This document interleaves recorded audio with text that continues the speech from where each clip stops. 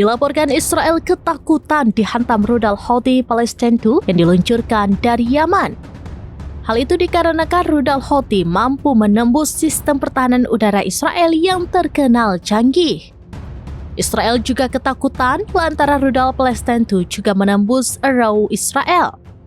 Diketahui belakangan ini Houthi terlibat perang dengan Israel.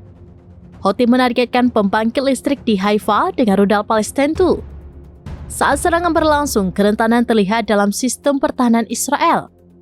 Lantas hal itu mengejutkan Tel Aviv sekaligus meruntuhkan mitos Iron Dome Israel tahan serangan. Diketahui selama ini sistem pertahanan udara Israel tidak mudah dihantam serangan dan tidak terkalahkan.